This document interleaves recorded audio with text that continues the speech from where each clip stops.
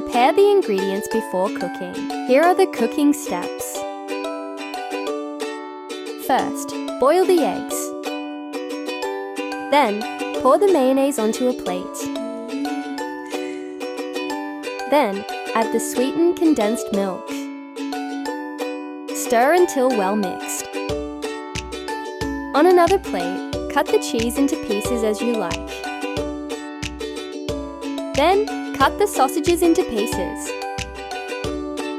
Cut the egg. Then, mix the flour and water until it thickens.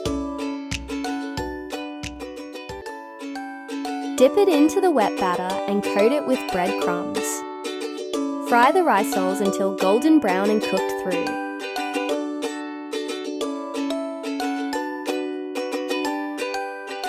Ready to be served.